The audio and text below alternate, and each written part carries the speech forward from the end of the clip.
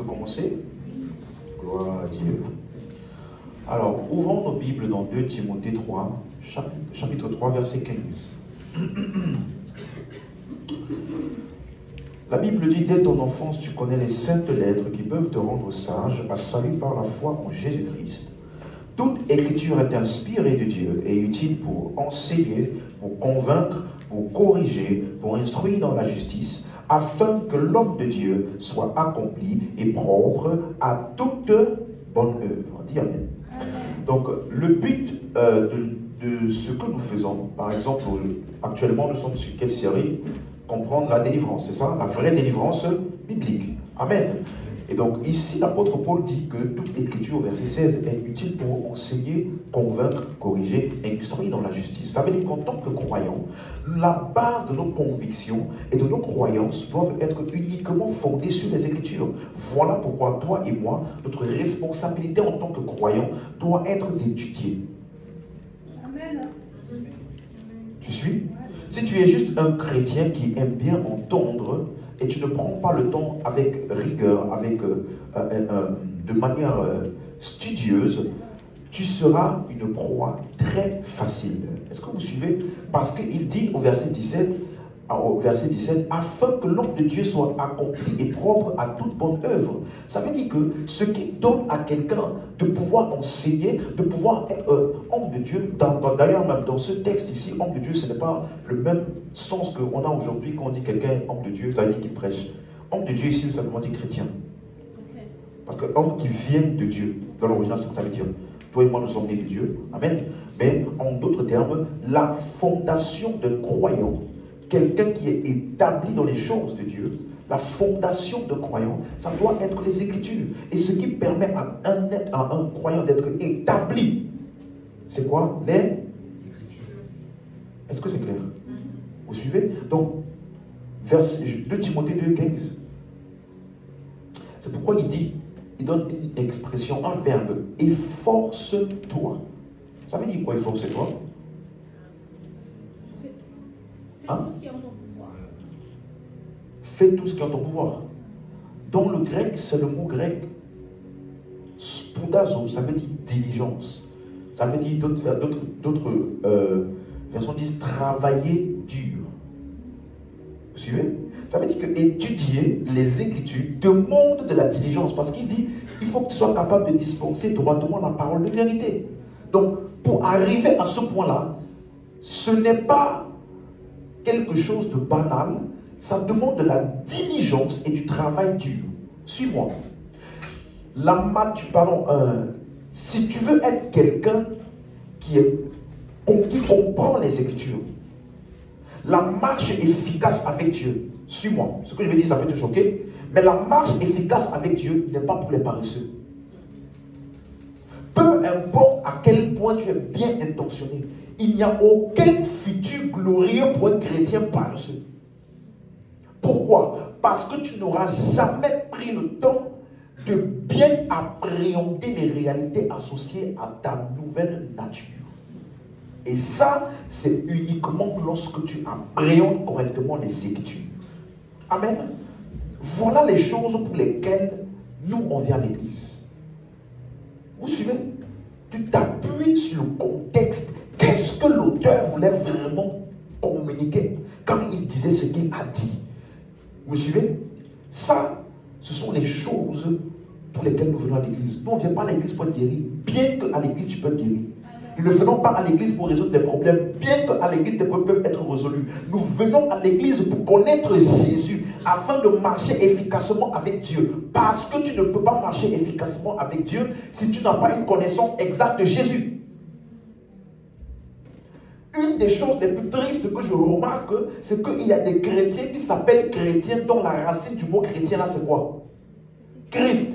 Je suis chrétien, mais tu ne connais pas Christ. Quelqu'un comprend? Lorsque tu étudies les Écritures, tu ne dois jamais perdre de vue que c'est pour connaître Jésus. Donc, en prêtant attention aux détails, aux mots, au contexte, à la grammaire qui est utilisée, ça te révèle davantage Christ. Et lorsque tu le trouves, lui, tu te trouves en lui. Alléluia. Et donc, on a commencé à parler de la délivrance, qui était aussi un concept très, très répandu. Abdias, chapitre 1, verset 17, version Darby. Sur la montagne de Sion, il y aura délivrance. Elle sera sainte et la maison de Jacob possédera ses possessions. On a pris le temps d'étudier cette prophétie et on a vu que on doit l'appréhender comme toutes les prophéties de l'Ancien Testament. On a étudié le mot délivrance. On a vu que ça ne parle pas d'une action que les personnes vont faire lorsqu'ils seront à Sion, mais ça parle plutôt de l'état. C'est une description de ces personnes-là. Donc le mot délivrance, c'est le mot grec peleta. Ça veut dire celui qui a échappé, celui qui a échappé, celui qui a été délivré. C'est pour ça que certaines versions, par exemple, si tu lis le même verset dans la version semaine, on va dire rescapé, d'autres versions disent réchappé. Vous voyez? Donc ça veut dire que tu ne viens pas à Sion pour essayer d'échapper. Tu ne viens pas à Sion pour obtenir la délivrance. Tu viens à Sion parce que tu es délivré. C'est la délivrance qui t'a introduit à Sion. Vous suivez? Donc cela veut dire que ici, Sion, ça parle de ceux qui sont déjà délivrés. Deuxièmement, ceux qui sont saints. Et troisièmement, on a vu ceux qui ont un héritage. Tu as une possession. Dis Amen. Donc, on a compris donc que c'est en Sion que cette prophétie trouve son accomplissement. Alors, dans Luc 24, verset 25, c'est des rappels rapides, c'est pour ça que je vais rapidement. Luc 24, 25, Jésus dit, alors Jésus leur dit, ô hommes sans intelligence dans le cœur et non à croire, tout ce qu'ont dit les prophètes. Tout ce qu'ont dit qui? Est-ce que Abdias est un des prophètes? Donc, ça veut dire que ce que Jésus va dire ici inclut le prophète Abdias. Verset 26. Qu'est-ce que Abdias a dit? Ne fallait-il pas que le Christ souffrit ces choses et qu'il entra dans sa gloire? Donc, cela veut dire que la prophétie d'Abdias rentre dans ce contexte-ci. Parce qu'il est un des prophètes. Vous êtes d'accord avec moi? Ok? Et donc, au verset 27 maintenant, en commençant par Moïse et par tous les prophètes, il leur expliqua dans toutes les Écritures ce qui le concernait. Vous comprenez? Donc, ça veut dire que toute véritable étude biblique est centralisée pour connaître les choses concernant Jésus. Parce que Jésus ici a parcouru la Bible avec eux et il leur a montré les choses qui le concernaient. Donc toute véritable étude biblique te permet de connaître Jésus. Pas ton travail, pas tes problèmes, pas toi. Même pas toi. C'est d'abord pour connaître Jésus. Et lorsque tu découvres Jésus, puisque tu es en lui, tu te découvres en le découvrant. Mais si tu viens là-bas pour chercher le développement personnel, comment je vais faire pour sortir de ce problème-là, je me sens inférieur, je me sens mal, tu ne trouveras pas, parce que c'est d'abord Jésus. Lorsque tu le regardes, c'est lui notre miroir. Vous me suivez? Ce qui le concernait. Et donc voilà pourquoi c'est clair que la prophétie d'Abdias, verset 26, il dit, en souffrir ces choses et entrer dans sa gloire. Mais quand tu regardes la prophétie d'Abdias, tu vas te rendre compte que ça parle plus de la gloire qui devait s'en suivre, pas des souffrances. Parce qu'il y aura des personnes délivrées, elles seront saines, elles auront un héritage. Ça, c'est pas une souffrance. Comprenez? Donc ça parle plus du volet de la gloire qui devait suivre les souffrances de Christ. Amen. Donc, dans toutes les prophéties concernant Christ, il y a une promesse. Vous voyez? Comme ici, quelle est la promesse qui est en contenu? Délivré, saint et un héritage. Suivez? Et donc, quand tu lis 2 Corinthiens 1, verset 20, 2 Corinthiens 1, verset 20, pardon, il dit, pour ce qui concerne toutes les promesses de Dieu, c'est en lui qu'est le oui. C'est pourquoi encore l'amen par lui est prononcé par nous à la gloire de Dieu. Donc, toutes les promesses de l'Ancien Testament trouvent leur accomplissement en Christ et par Christ. Et donc, voilà pourquoi nous maintenant, quand on lit la prophétie d'Abdias, puisque nous sommes en Christ, on commence à s'identifier. Hébreux 12, verset 22. Si tu suis toujours, donne-moi l'amen. Mais vous vous êtes approchés de la montagne de Sion. Hein? Vous êtes approchés d'où? Est-ce de cette montagne que Abdias parlait? Donc ça veut dire que ce que Abdias a parlé au futur, nous, c'est notre réalité. Sur la montagne de Sion, il y aura des délivrances. sauver, il y aura des saints, il y aura des personnes qui ont un héritage ou des héritiers. Mais ça là, c'était au temps d'Abdias, avant que celui qui est l'accomplissement des prophéties devienne. Quand il est venu, la prophétie qui était au futur a été rendue au passé. Vous vous êtes approchés.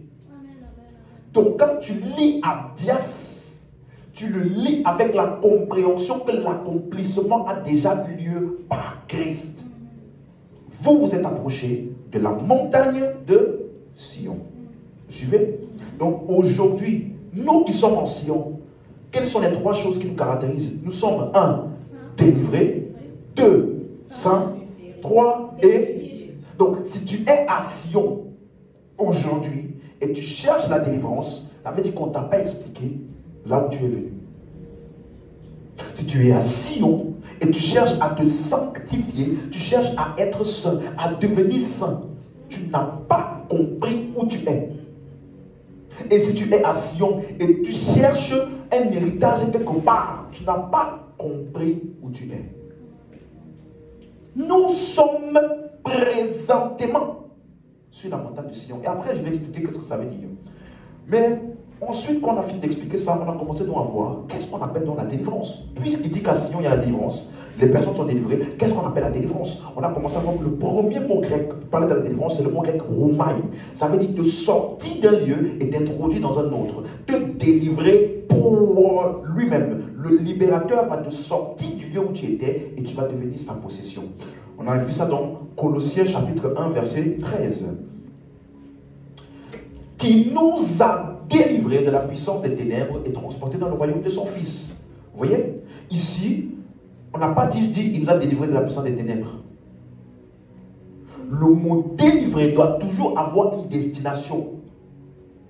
Délivrer de pour. Délivrer de transporter dans.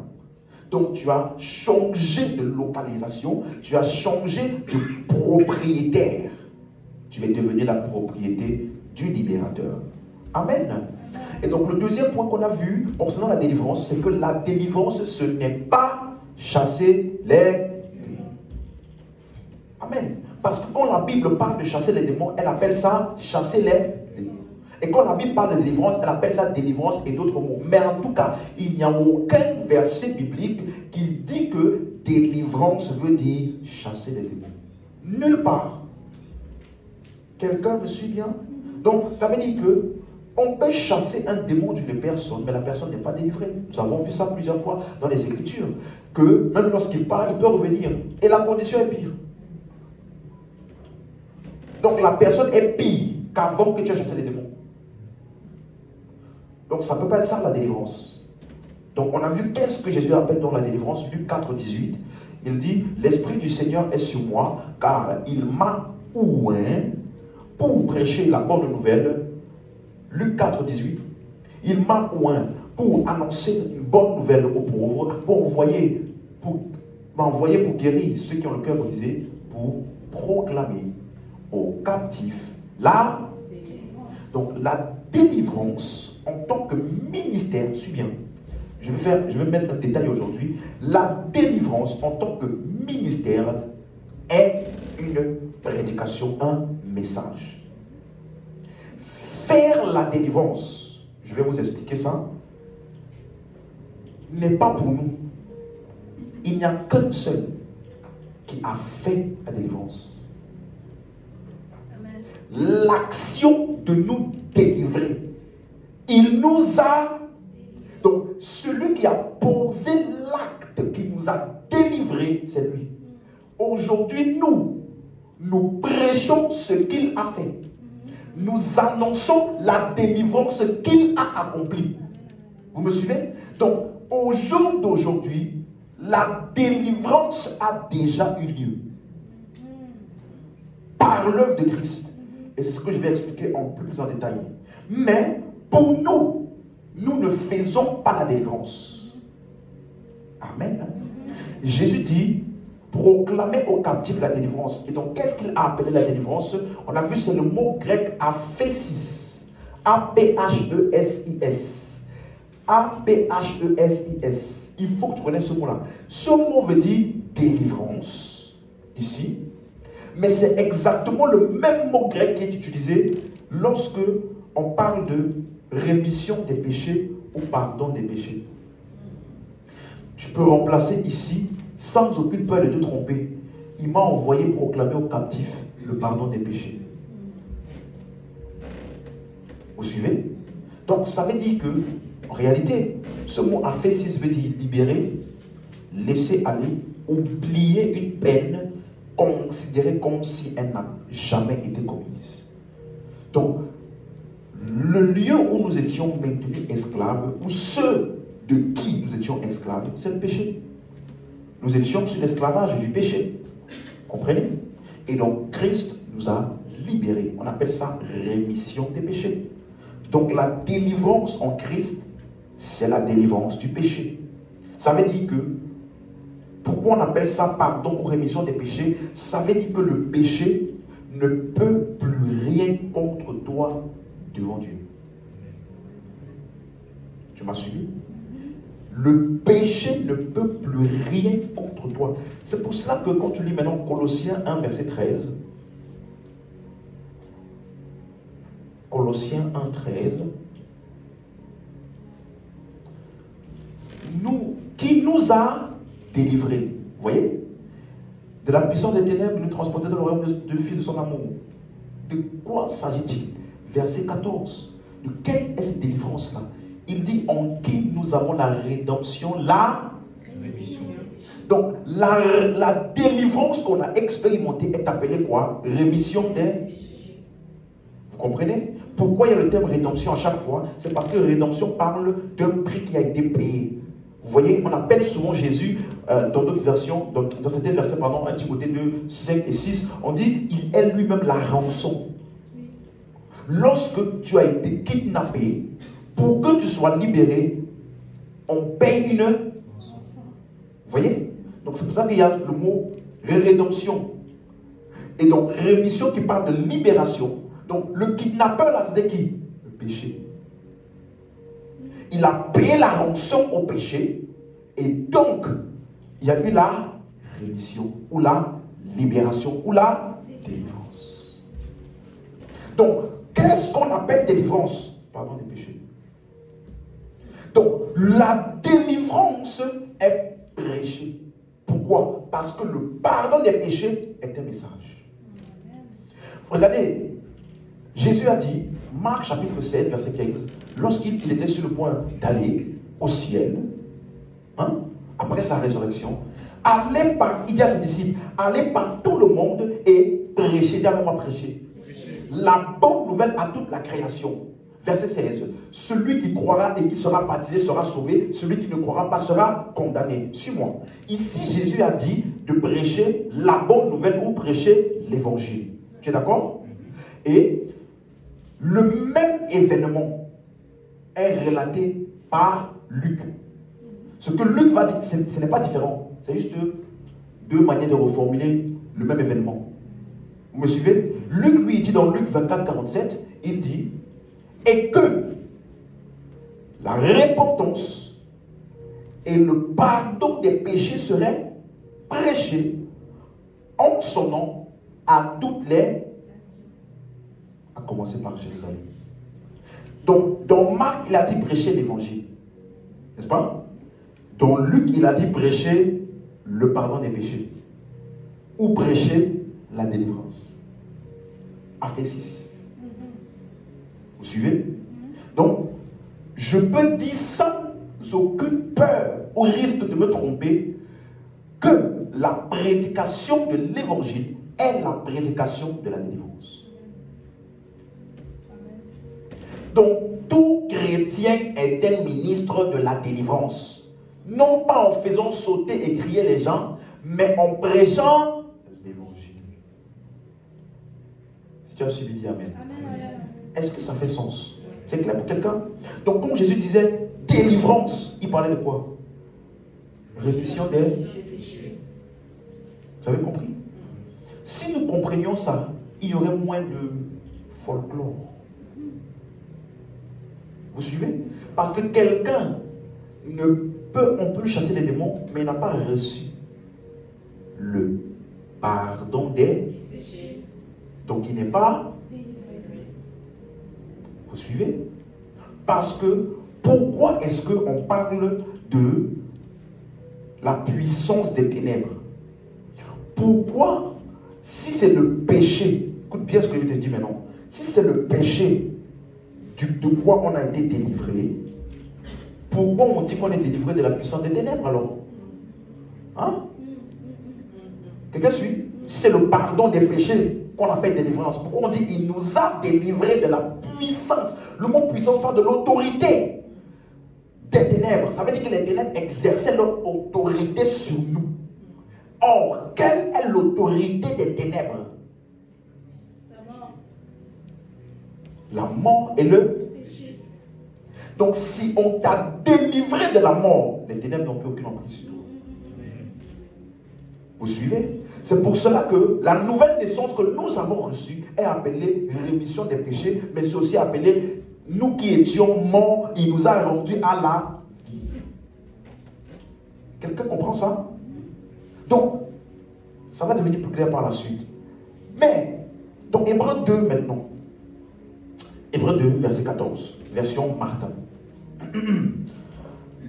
Là, je t'ai expliqué ce qu'on appelle la délivrance, n'est-ce pas? Maintenant, ici, je commence à expliquer comment la délivrance s'est donc opérée. Comment Jésus a-t-il fait la délivrance?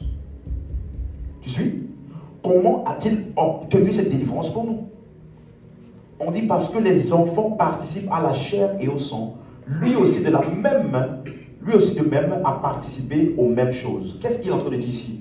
Il est en train de dire que les personnes que Jésus voulait sauver étaient faites de quoi? Chair et de sang. Donc pour qu'il puisse être délivré, lui aussi il doit entrer dans la chair et le sang. Vous comprenez? C'est simplement ça qu'il est en train de dire. Et donc, aïe, afin que par la mort, il détruisit celui qui avait l'empire de la mort, c'est à savoir le diable. Écoute-moi. Je vais t'expliquer ce que Jésus a fait. Dans le langage d'aujourd'hui, nous étions captifs dans la prison de la mort. Nous ne pouvions pas sortir. Suis-moi. On était là-dedans. Et c'est comment on appelle le géolier là, qui maintenait les portes de la... C'est lui qui nous donnait les ordres et tout ce qu'il disait on faisait. Nous étions sous son autorité, sous sa domination, de la mort et le péché. Tu me suis? Et donc, Jésus, il est venu chaque fois qu'un homme mourait, ou chaque fois qu'un homme rejetait l'évangile, ou chaque fois, tous venaient où? Dans la prison. Donc il avait l'habitude, le geôlier là, de recevoir les gens. Vous voyez, tout homme, tous les hommes, un croyant, dès que tu ne reçois pas l'évangile, spirituellement mort, tu entres là-bas. Et donc tu es dans le règne de la mort, sous la puissance des ténèbres. La Bible dit, nous qui étions morts. Donc nous tous là, nous étions morts. Vous comprenez un peu? Donc on était là. Et puis un jour aussi, Jésus, né de chair, hein? Après 30 ans, il s'est aussi donné à la...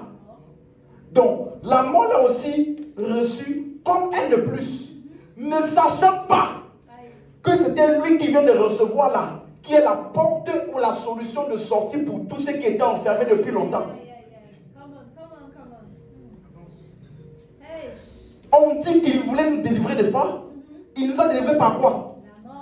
C'est par la mort qu'il a détruit celui qui avait l'empire de la mort. Donc celui qui avait l'empire de la mort là, Jésus par la mort a tué celui qui avait la puissance de la mort. Aïe, tu n'as pas compris. C'est comme si ton domaine d'expertise c'est la mort, c'est là-bas que tu règnes. Quelqu'un vient dans ton domaine là-bas et c'est là-bas même qui t'a vaincu. J'avais expliqué 6 fois, quand quelqu'un se noie, pour que tu puisses le secourir, tu dois faire quoi? Aller dans l'eau avec lui. Tu vas rester au bord de l'eau? Ça, tu peux pas. Non. Il faut que tu entres dans l'eau. Tu ailles à sa profondeur où il est allé. 2. Que la loi de... J'ai oublié le nom de la loi là. Dans l'eau là. La loi d'Archimède. Qui fait que tu descends en fonction de ton poids là. Que tu puisses surpasser la loi d'Archimède dans l'eau et que tu puisses sortir de l'eau. Donc c'est dans l'eau là-bas que tu veux l'eau et tu sors la pression. Jésus, par la a détruit qui? Celui qui avait l'empire ou la puissance de la. Donc, quand il le recevait là, il ne savait pas qu'il venait de recevoir son propre échec. Quelqu'un suit ça? Regardez. C'est-à-dire le diable. Si, verset 15. Qu'est-ce qui s'est passé après? Et qui là? On délivra tous ceux. Vous voyez maintenant? Qui par la crainte de la mort étaient assujettis toute leur vie à la servitude. Donc il est entré, vaincu, ouvert la porte et tout le monde sort. Les gars suivis. Maintenant, le mot, revenons au verset 14, le mot détruisit, c'est un mot katargéo. Ça ne veut pas dire tuer ou faire disparaître. Ça veut dire rendre impuissant. C'est pour ça que la version Martin dit Jésus, il a rendu impuissant. La version seconde, pardon, il dit il a rendu impuissant. Ça veut dire rendre invalide, sans effet. Comme lorsque tu as un document, lorsque la date d'expiration arrive, le document n'est plus valable. Mais tu l'as dans la main. Le document n'est pas inexistant, tu l'as là. Mais il n'a plus aucune valeur. Il n'a plus aucun effet. Il est caduc. Merci. Comprenez? Donc, c'est exactement ça que Jésus a fait. Il a rendu Satan impuissant, invalide. La puissance des ténèbres invalide. Vous comprenez? Mais qu'est-ce que ça veut dire? Quelle autorité Satan avait? Quelle était la puissance donc de la mort? Par quoi maintenait-il les hommes captifs? Verset 15. Tous ceux qui, pour la crainte de la mort, ici ça parle la peur, la condamnation, l'accusation. C'est par ça que le diable maintenait les hommes captifs. Et c'est cette autorité-là qui a été neutralisée. Cette autorité-là qui a été rendue impuissante. Donc ça veut dire que si tu es délivré ou si tu es en Jésus-Christ, Satan ne peut plus emmener une accusation avec succès contre un croyant. Pourquoi? Jésus a payé pour ses péchés. Vous voyez maintenant? Donc ça ne veut pas dire qu'il ne va pas essayer d'amener l'accusation. Ça veut dire que l'accusation qu'il emmène là n'a aucun effet.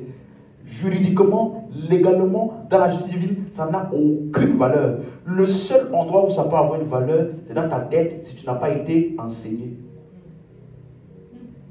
Vous suivez? Imaginez-vous quelqu'un que tu as connu comme étant un policier. Donc chaque fois que tu le voyais, tu te mettais sur tes gardes. Il dit, monsieur, approchez-vous s'il vous plaît. Approchez-vous. Donc quand il parle là, tu es obligé d'obéir parce qu'il a l'autorité. Un jour, il a fait une faute, on le démet de ses fonctions. Mais toi, on ne t'a pas dit qu'il a été démis de ses fonctions. Donc quand il dit maintenant, monsieur, approchez-vous, son monsieur, approchez-vous là n'a plus rien dedans.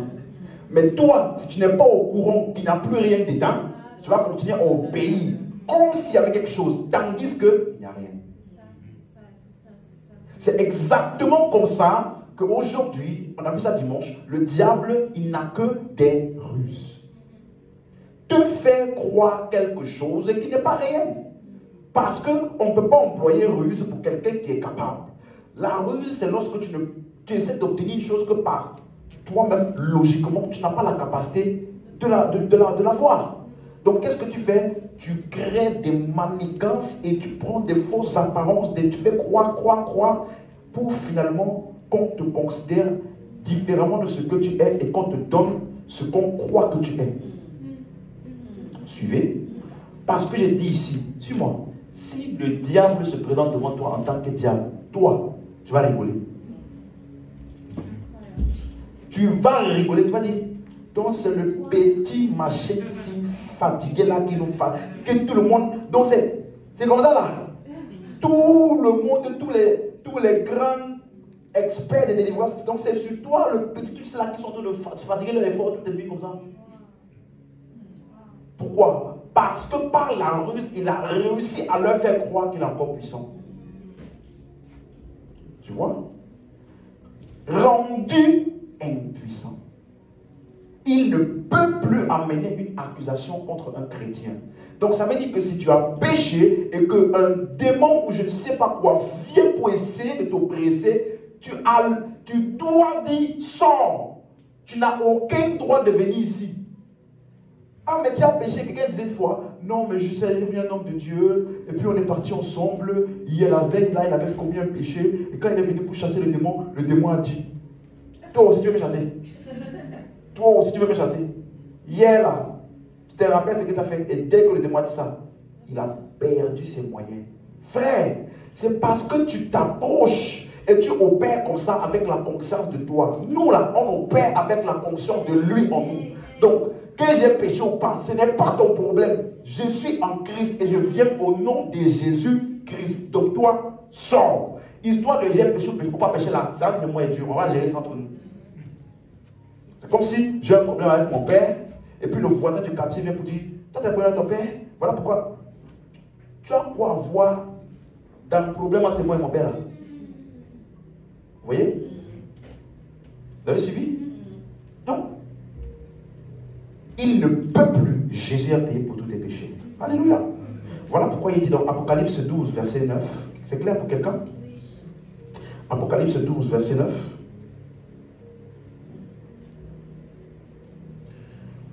Il fut précipité le grand dragon, le serpent ancien, appelé le diable et Satan. Celui qui séduit toute la terre, il fut précipité sur la terre et ses anges furent précipités avec lui. Amen. Verset 10. Suivez bien. J'entendis dans le ciel une voix forte qui disait, maintenant le salut est arrivé, la puissance et le règne de notre Dieu et l'autorité de son Christ, car il a été précipité. Qui? L'accusateur de nos... Voilà comment on l'appelle. Donc, quel était son mode opératoire pour séduire la terre? On dit, le diable et Satan, celui qui séduit toute la terre. Quel était son mode opératoire? L'accusation. L'accusation. Mais, verset 11, ils l'ont vaincu. Donc, comment est-ce que le diable a été vaincu? Comment est-ce que les frères ont été délivrés de la puissance du diable, de son autorité et de son mode opératoire? Comment? Ils l'ont vaincu à cause du sang de l'agneau. Quelqu'un comprend? Mais si tu comprends bien les Écritures, tu vas voir dans plusieurs passages, on dit que le sang de l'agneau a été répandu. Matthieu 26, 28, Jésus a dit, ceci est mon sang, le sang de la nouvelle alliance, qui a été répandu pour la rémission des... Donc, on dit on a vécu l'accusateur ici par le sang. Et on dit que le sang là, c'était pour la rémission des... Donc, vous voyez que délivrance du diable, délivrance là, c'est ça qu'on appelle aussi rémission des péchés. Vous voyez? Est-ce que ça fait sens pour quelqu'un? Donc, comme on dit, notre délivrance se trouve donc dans le sang de l'agneau. Ce que lui a fait. Alléluia. Donc, revenons au verset Hébreu 12, Hébreu 2, verset 15. Toujours verset marqueur. Et on dit qu'il a rendu impuissant, il a détruit celui qui avait la puissance de la mort. Maintenant on dit et qu'il délivra. Le mot délivra, c'est un terme que j'ai beaucoup apprécié. C'est le mot grec apalasso. Je crois que j'ai touché ça rapidement vendredi. Apalasso, ça veut dire quitter d'un lieu. Enlever. Vous voyez, Roumaï explique le changement qui s'est passé d'ici vers là-bas. Mais ce mot délivrer là, apalasso, te décrit l'action en elle-même. Comment est-ce que tu as été sorti? Donc ça veut dire que nous avons quitté la juridiction du diable et des ténèbres. C'est comme aujourd'hui, lorsqu'il y avait le confinement, il y avait le couvre-feu, n'est-ce pas, qui disait qu'après, je ne sais plus, 18h ou après 21h, en fonction de la période, une période disait après 18h, plus personne dehors, c'est ça? Mais est-ce que si tu étais en Espagne, tu as appliqué ça? Non. Pourquoi? Parce que c'est pas sous la juridiction française.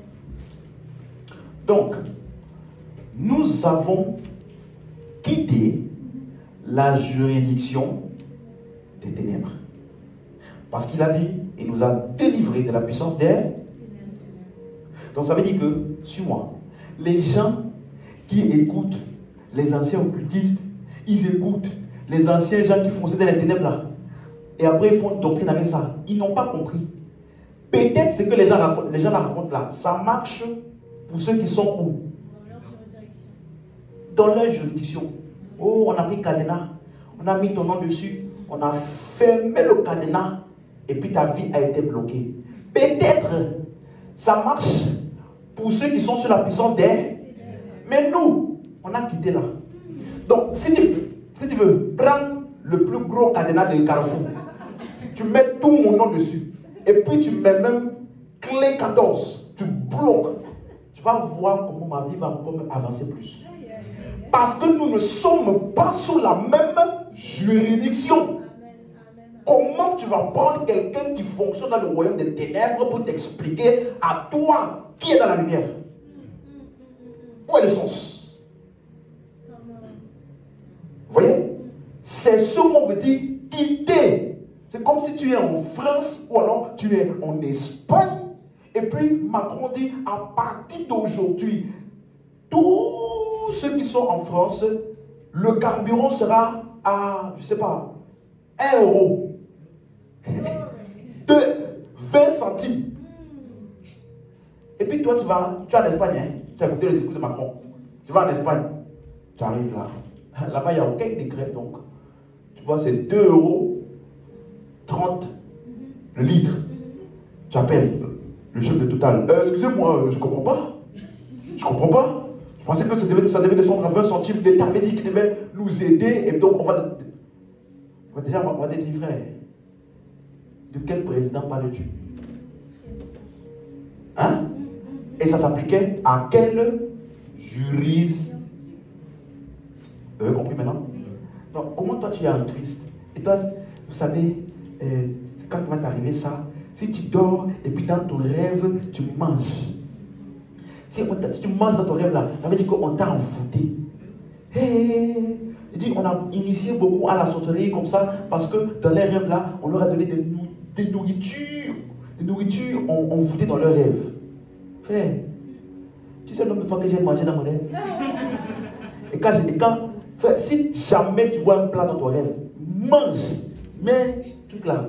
Demande plus. Si tu mets sauce, barbecue, piment, attiqué, foutou, mélange tout ça là, et puis tu manges. Aïe, n'est-ce pas que la Bible dit, il dresse en face de moi une en face de qui de mes. Donc, il s'attend à quoi? Que je mange devant les ennemis et rien ne va se passer pour moi. Pourquoi? Ta haute et ton bâton me rassure. Donc toi, tu es dans quel royaume? Tu écoutes les gens qui sont là-bas ou tu écoutes ce que la Bible dit de toi? Combien de personnes, n'est-ce pas, on a dit à Pierre, il a eu une vision, on a dit quoi? Mange. Tu écoutes qui? Alléluia. Quelqu'un disait non, si tu rêves, et puis tu vois que tu voles souvent, en fait, on t'a initié à la sorcellerie. Oui. Parce que ton esprit est emmené pour faire des actions bizarres pendant la nuit. On t'a initié. Si tu sais le nombre de personnes à qui on a dit ça, et aujourd'hui, ils pensent que depuis qu'ils sont petits, ils sortent de leur corps, ils volent, ils voient des choses. Frère, c'est toi et moi. Si tu vois que tu es en train de voler pendant la nuit, lève-toi et dis Alléluia, Amen. Ceux qui s'attendent à l'Éternel Ils sont comme des aigles. Ils prennent leur...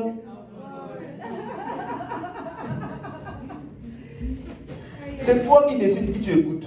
Nous là, on n'est plus là-bas. Donc, quel que soit ce qu'ils disent, ça ne nous concerne. Amen. Donc, la puissance de Satan ou des ténèbres était l'accusation et la condamnation. On menait ça contre les hommes et c'est de ça que nous avons été libérés. Nous avons quitté ce lieu-là. Alléluia. Gloire à Dieu. Donc, nous, délivrer là, c'est alors ça veut dire quoi? Quitter. Donne-moi, j'ai quitté le royaume des ténèbres. J'ai quitté Satan. Il n'a plus aucun pouvoir sur moi. C'est ça que ça veut dire délivrer. Donc, il n'y a aucune relation, quelle qu'elle soit, entre un chrétien et Satan. Aucune. Amen. Donc, tu n'as aucun lien, aucune réclamation, aucune malédiction, je ne sais pas quoi. On a quitté tout ça. Comment on a quitté? Parce que le délivreur ou le libérateur Jésus, il a répandu son sang. Vous voyez? Ils l'ont vaincu par le sang de l'agneau. Donc, le diable ne peut plus emmener une condamnation, une accusation avec succès contre toi. Est-ce que ça veut dire que tu ne pécheras plus jamais? Si. Mais délivrer, là veut dire que l'ennemi ne peut plus amener aucun effet sur toi à cause d'un péché. Dis Amen. Donc la délivrance qu'on a en Christ, vous voyez que ça n'a rien à voir avec ce que les gens font aujourd'hui. Ça parle du pardon des péchés. C'est clair? Le pardon des péchés, délivrer des péchés. Et donc, comme on dit que tu es délivré, ça veut dire que tu es pardonné. Et donc, si tu ne comprends pas le pardon aussi, c'est ça le problème aussi. Beaucoup, même le pardon, comme la délivrance, beaucoup ne comprennent pas. Ils pensent que le pardon là, que Christ nous a donné, c'est comme une carte de recharge. Tu vois, ou ta carte bancaire là. Dès que tu as un besoin, tu vas au guichet et tu appuies sur le bouton 1 Jean 1, 9. Si nous confessons nos péchés, il est juste des fidèles pour nous les pardonner. Chaque jour tu dois faire ça. Chaque jour tu dois faire ça. Seigneur, je commence ce moment. Je confesse les péchés passés que j'ai fait hier, les péchés connus et les péchés non connus. Tu ne vois pas que ça n'a pas de sens. Les péchés conscients et les péchés non conscients. Qui va faire le tri? Qui est censé faire le tri? Qui est censé faire le tri entre les péchés conscients et les péchés non conscients? Qui va faire le tri? Quand Dieu va s'asseoir. Oh. Il est 5 heures du matin, tous mes enfants, ils sont en train de confesser les péchés. Oh, les anges, venez, toi, prends la France, toi, prends la Tunisie, toi, prends tel pays. Commencez le tri, on a 1 heure. Parce qu'avant 1 heure, là, il faut qu'on finisse le tri. Le tri, connu, pas connu. Conscient, pas conscient. Mais ça là, c'était conscient. Elle a fait comme c'est pas conscient. Je refuse de le pardonner. Je refuse de pardonner. Donc vous pensez que toi-même, vous voyez? Non.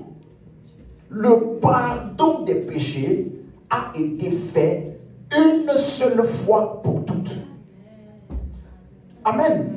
Pourquoi? Parce que la mort de Jésus est ce qui nous a conféré le pardon. Sa mort et sa résurrection. Or, sa mort n'a rien à voir avec une époque en particulier. Ce qu'il a fait n'a rien à voir avec les péchés d'une époque en particulier. Il y a de cela 2000 ans, toi et moi, nous n'étions pas là. Alors, comment est-ce que tu arrives à penser, non, Jésus nous a pardonné, c'est vrai, mais c'est tous les péchés qu'on a fait avant d'être né de nouveau. Mais tous les péchés de la suite, donc Jésus nous a pardonné pour tous les péchés passés et présents et passés. Mais les péchés futurs, non. Alors je vais poser la question, mais quand Jésus est mort, étais-tu dans le passé ou dans le futur?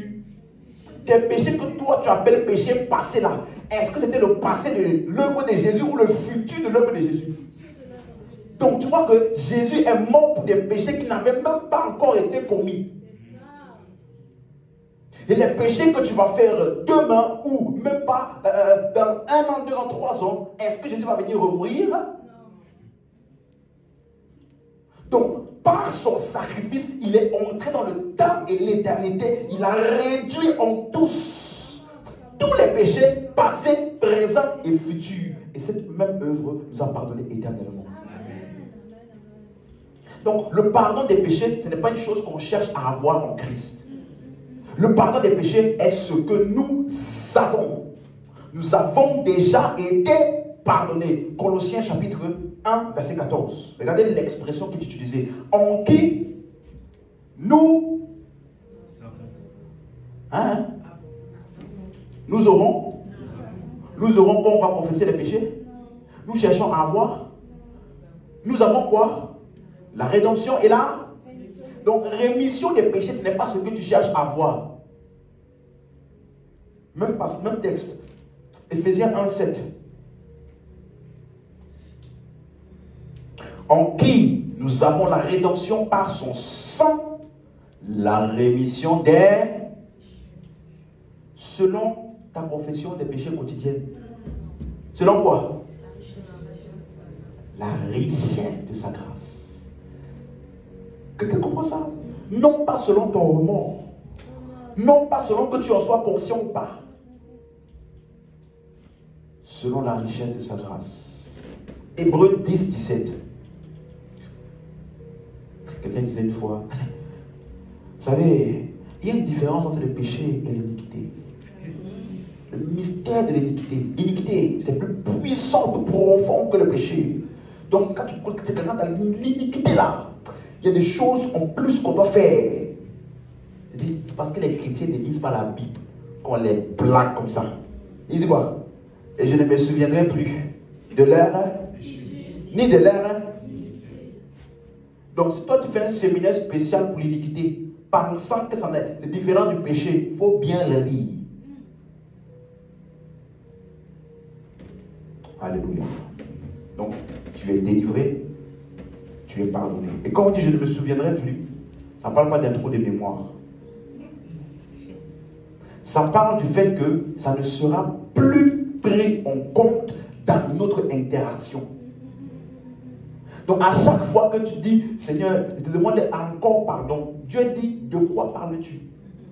La personne qui est en face de moi est pure, sainte, irréprochable en Christ. Elle est la justice de Dieu en Christ. Parce que lui qui n'a point connu le péché, Dieu l'a fait devenir péché, afin qu'en lui, nous devenions justice de Dieu. Donc quand Dieu nous regarde, il voit justice de Dieu. Est-ce que justice de Dieu peut venir pour dire, je te demande encore pardon pour le péché que j'ai fait? Non, justice de Dieu est juste. Pas basé sur des actions, basé sur le fait que lui qui n'a point connu le péché, Dieu l'a fait devenir péché. Donc il a pris ta place et t'a donné sa place. Ce n'est pas par mérite. Alléluia. Donc on a été délivré du péché, on a été pardonné. C'est ça qu'on appelle délivrance. Ça n'a rien à voir avec chasser les démons. Quand on dit que Jésus, c'est lui qui nous a délivrés, on n'a pas dit que Jésus est venu, chaque chrétien. On a dit Jésus, sort démon. Non! Il l'a fait par sa mort et sa résurrection. Et ainsi, son sang qui a été répandu pour toute forme de péché. Alléluia. Donc, avant d'aller plus loin, je résume. La première chose donc qu'il faut garder en tête, c'est que tu peux utiliser de manière interchangeable. Délivrance et quoi? Pardon pour rémission des péchés. C'est clair? Et ce mot grec aphésis là, c'est un mot grec très ancien qui existait avant qu'on écrive la Bible. Donc les auteurs ont emprunté ce mot-là de l'usage commun. Si aujourd'hui j'écris un livre, je ne vais pas utiliser les mots du ciel, je vais utiliser les mots qui existent aujourd'hui. Donc ce n'est pas moi qui ai créé les mots-là. Vous voyez, j'ai emprunté le langage courant. Donc ces mots grecs existaient déjà avant qu'on écrive la Bible. Donc les auteurs ont simplement utilisé les mots qui existaient à leur époque. Et ce mot-là avait un sens de rémission parfaite, une action parfaite. Certaines versions plus récentes disent rémission complète, mais ça parle vraiment d'une rémission parfaite. Ça veut dire qu'après ça, là, il n'y a plus rien d'autre à faire après. Alléluia. Donc, toutes les prières quotidiennes que certains font pour le pardon des péchés, ce sont des prières pour avoir ce qu'ils ont déjà. Amen. Amen. Donc, nous, on ne prie pas pour le salut. Vous avez vu ça? on ne prie pas, pardon, on ne prie pas pour le pardon des péchés. On ne prie pas pour demander pardon. Parce que prier pour demander le pardon, c'est comme si tu priais pour demander le salut. C'est comme si tu priais pour demander la délivrance. Parce que tout ça, c'est la même chose. Ok. Quelqu'un comprend ça? Amen. Amen. Donc, la délivrance a été faite une seule fois. Les deux mots grecs qu'on a vus jusqu'ici, non, les trois mots grecs. Premier mot, Roumaï. Quitter d'un lieu vers un autre. Deuxième mot grec, aphésis, qui veut dire pardon des péchés. Troisième mot grec, apalasso. On a quitté un lieu. On a été enlevé d'un lieu et introduit dans un autre. Donc, ça veut dire que, suis-moi, quand on dit par exemple Roumaï, ça veut dire délivrer d'un lieu vers un autre. Tu suis? Écoute ceci. Délivrer d'un lieu et tu deviens la possession du libérateur. C'est ça qu'on a vu? Ça veut dire que ça demanderait la négligence du libérateur ou du nouveau propriétaire pour perdre la personne délivrée là. Quelqu'un comprend? Parce qu'il a délivré pour lui-même. Et Dieu nous a délivrés pour lui-même. Et maintenant nous sommes délivrés, nous sommes lui, nous sommes en Christ. Dis avec moi, je suis délivré, une fois pour toutes. En Christ, j'ai reçu la délivrance. J'ai la délivrance. Amen. Maintenant, je vais toucher un point assez important. Quand revenons sur la prophétie d'Abdias, 1 verset 17, on avait vu déjà que la montagne de Sion, pour ceux qui se rappellent, ça parlait de l'autorité. Quelqu'un se rappelle?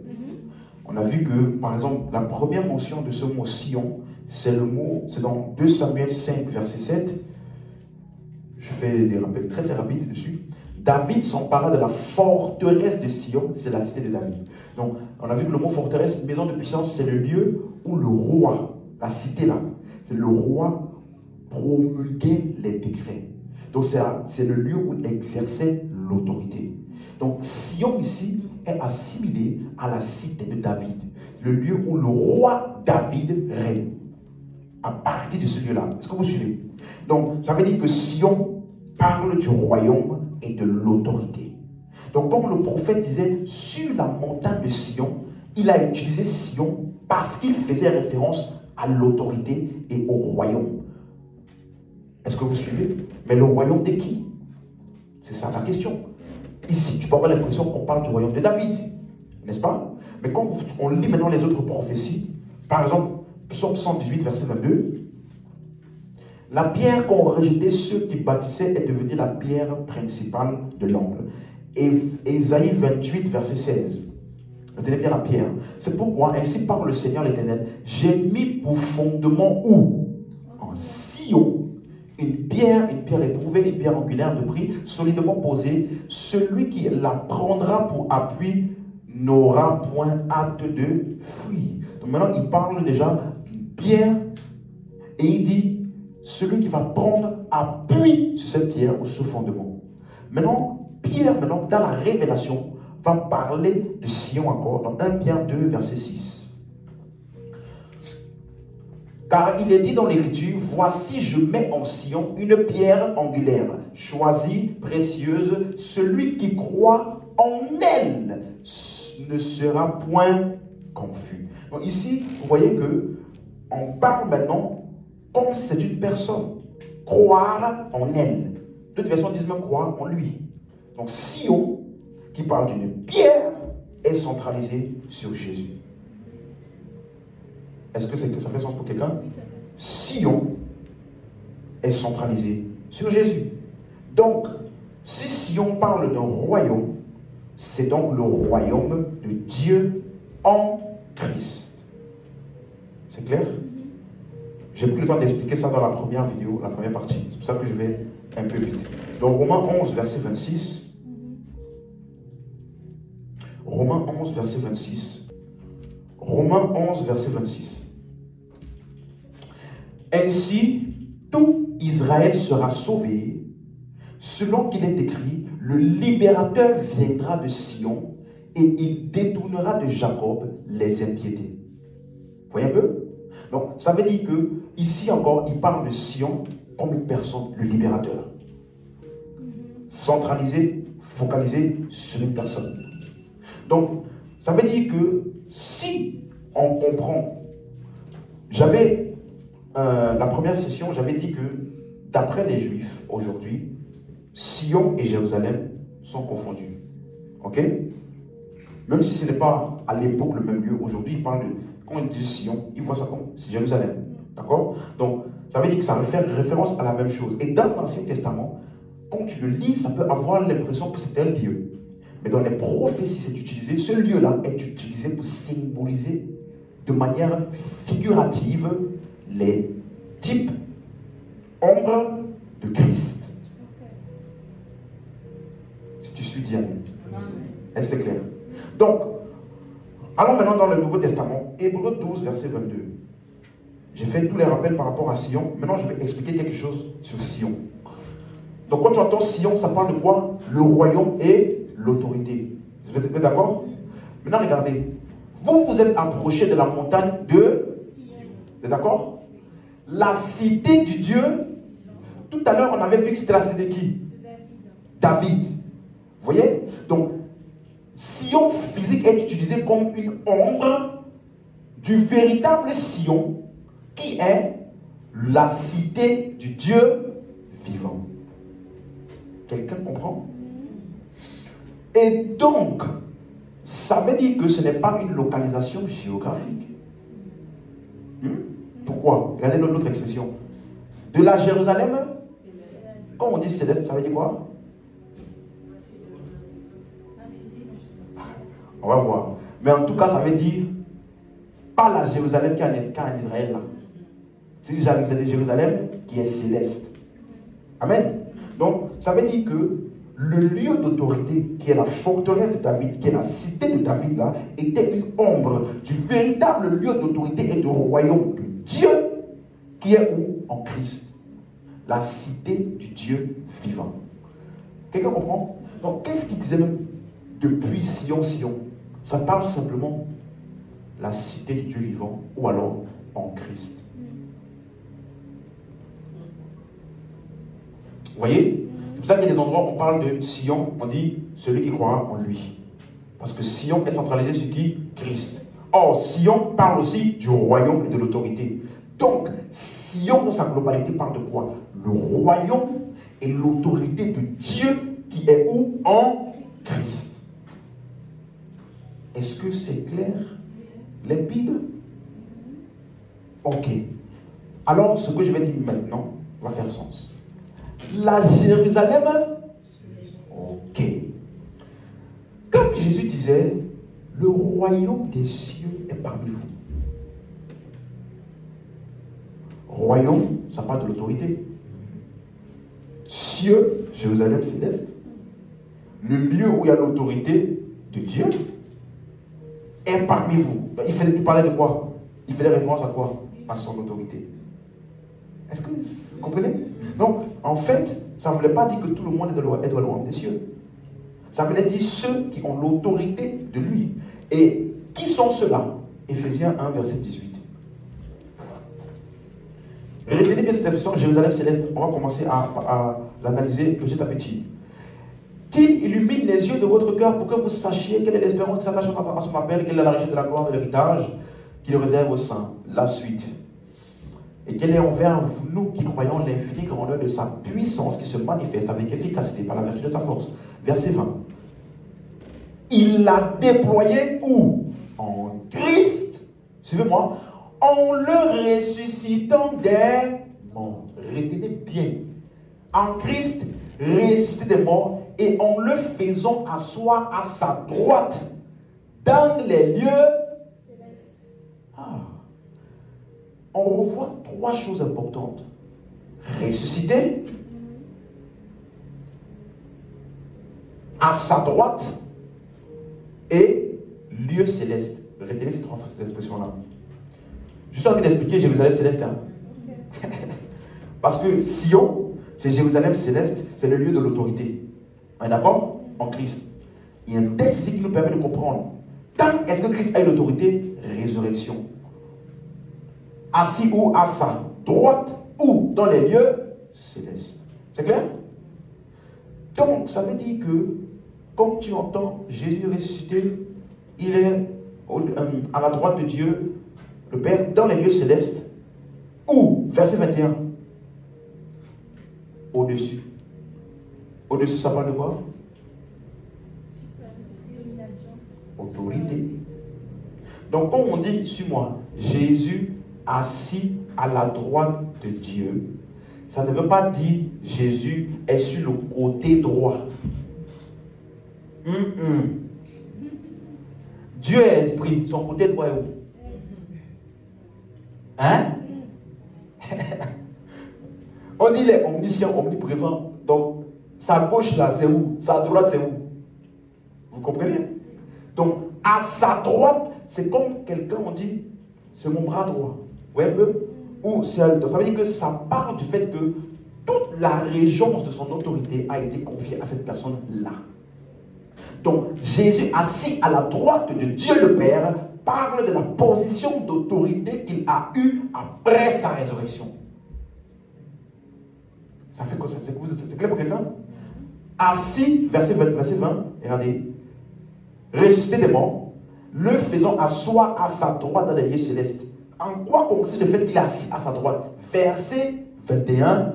Au-dessus de toute domination, toute autorité, toute puissance, toute dignité, tout nom qui peut se nommer non seulement dans le siècle présent, mais dans le siècle à venir. Donc, la droite de Dieu parle de l'autorité. Est-ce que c'est clair? C'est clair? Donc, l'autorité de la résurrection de Jésus.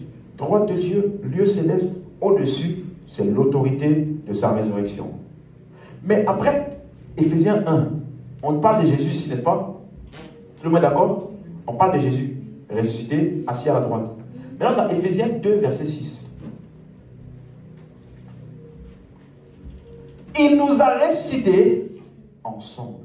Viens avec moi ensemble. Vous êtes d'accord? Et nous a fait asseoir ensemble dans les lieux célestes où? Assis là, ça veut dire quoi? Comme tu es assis là? Vous comprenez? Assis ensemble avec lui dans les lieux célestes là, en Jésus-Christ, ça veut dire quoi? Nous avons reçu la même autorité qu'il a. Vous voyez maintenant? Quelqu'un comprend ça? Donc, ça parle de la position d'autorité qu'il a reçue par sa résurrection. Alléluia. Colossiens 3, verset 1. Amen. Si donc vous êtes ressuscités avec Christ, recherchez les choses qu'on dit d'en haut là.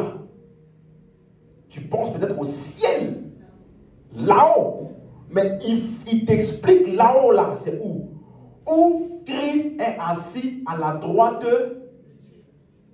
Ça parle d'un lieu ou d'une position d'autorité. Donc, ça veut dire que toi et moi, on est ressuscités avec Christ. On doit donc rechercher ou s'intéresser à toutes les réalités associées à cette autorité de résurrection qui nous ont été données. C'est ça qu'il avait dit. Pas aux choses d'en haut. Oh, les nuages, le ciel. Oh, les oiseaux. Non. Amen. En haut, à la droite de Dieu, c'est l'autorité. Est-ce que quelqu'un suit jusqu'ici? On continue. 1 Pierre chapitre 3 verset 21. Jusqu'ici, suivez-moi. Je vais expliquer après. Mais est-ce que vous voyez à chaque fois le terme lieu céleste? À sa droite, dans les lieux célestes. À chaque fois, à sa droite, dans les lieux célestes. Rechercher les choses d'en haut. Donc, c'est comme s'ils veulent pousser notre attention vers le haut là. Lieu céleste là. Mais qu'est-ce qu'il voulait dire vraiment? Tu comprends? Une autre expression. Regardez ici. Cette eau était une figure du baptême qui n'est pas la purification des souillures du corps. Donc le baptême n'est pas la purification des souillures du corps. Amen.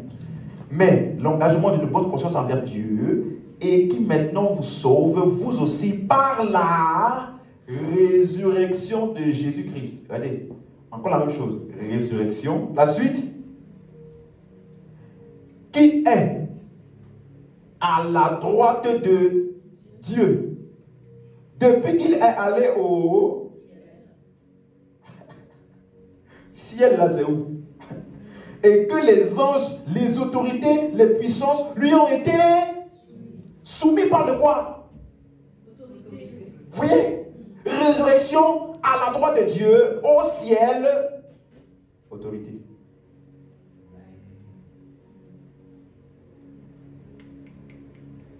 Pourquoi on dit en haut, au-dessus de toute autorité, puissance? Vous voyez? Donc, c'est une image figurative pour expliquer qu'il a eu une position d'autorité élevée. Au-dessus. Amen, amen. Jésus. Donc, Jésus, il est allé au ciel. Le ciel où il est allé là, c'est un voyage avec les navettes spatiales. Tu vois, c'est pour ça que quand tu comprends ça, comme il y a des textes comme Jean 14, verset 2, où Jésus dit, il y a plusieurs demeures dans la maison de mon Père. Si cela n'était pas, je vous l'aurais dit, je vais vous préparer une place. Il y a des gens aujourd'hui qui continuent d'attendre l'accomplissement de ça. Hein? Oui.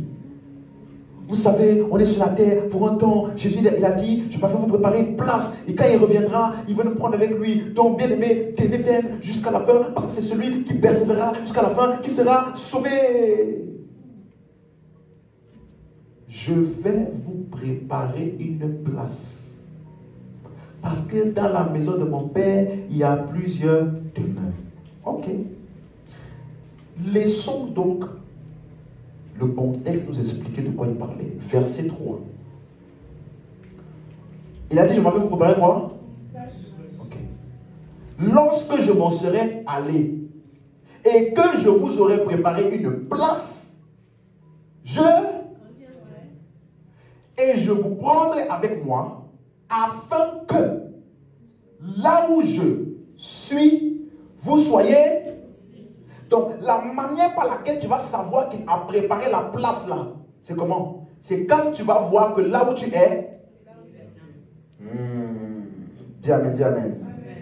Or, quand Jésus est ressuscité des morts, il est allé où? D'après ce qu'on a lu? Au ciel. À la. Donc, là, parce qu'il a dit, je m'en vais. Donc, là où il est allé nous préparer une place là, c'est où? Alléluia. Donc, maintenant, quand Paul dit dans Éphésiens 2, verset 6, il nous a ressuscités et nous a fait asseoir. Où? Donc, on est où? Jésus est où? Donc, est-ce qu'il a préparé la place? Oui. Est-ce qu'on est déjà assis à notre place? Oui. Merci.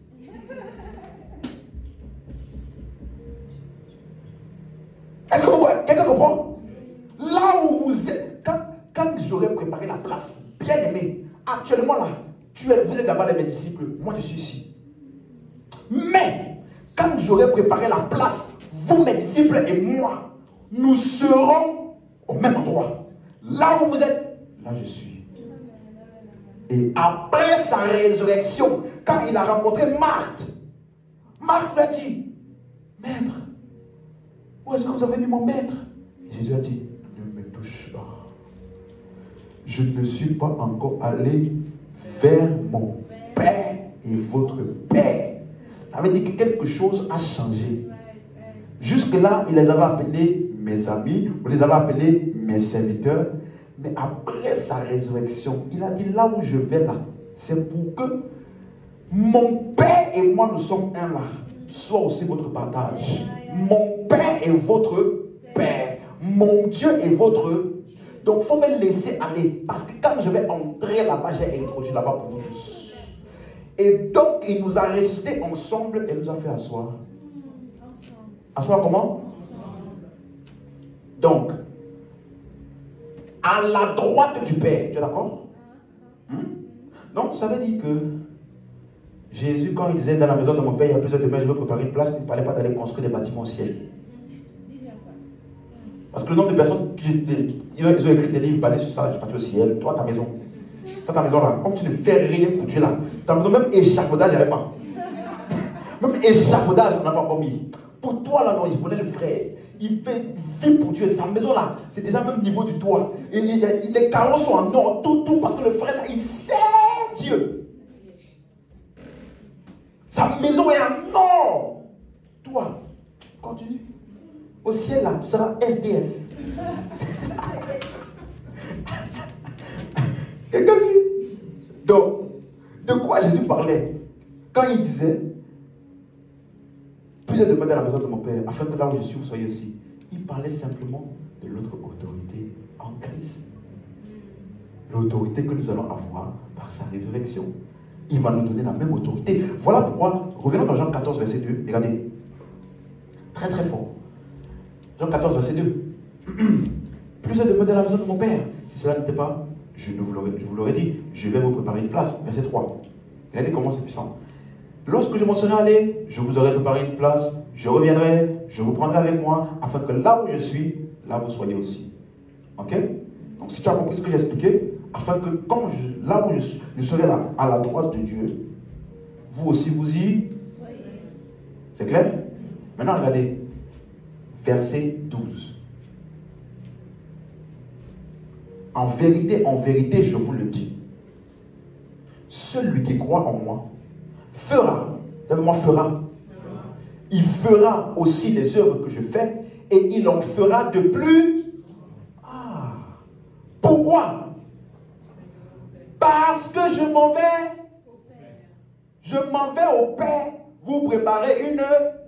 Donc la place là c'est où? C'est une place que quand on aura ça, on va pouvoir faire des choses plus grandes. Donc il parlait de quoi? Autorité. Voici donc les signes qui accompagneront ceux qui auront cru. Ah, mon nom, ils feront. Quelqu'un suit? Donc, quel est donc l'effet de la place dans laquelle il nous a introduite? On fait des choses basées sur cette place. Donc, l'autorité.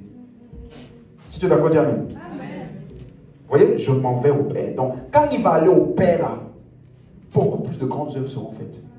Pourquoi? Parce qu'en allant au Père, il va nous emmener avec lui à la droite de Dieu le Père. Dernièrement, aujourd'hui, je suis déjà assis à ma place d'autorité à la droite de Dieu le Père, en Christ, dans les lieux célestes. Je vais t'expliquer ce que ça veut dire, t'inquiète pas. Dans les lieux célestes. Amen. Donc, tu es d'accord que ça ne parle pas d'un bâtiment dans les cieux? Plusieurs demeures dans la maison. Ce n'est pas un grand bâtiment avec 4 chambres, une piscine et un coin jardin avec des animaux et des feuilles pour faire le jardinage. Non! Ça parle de là où il est.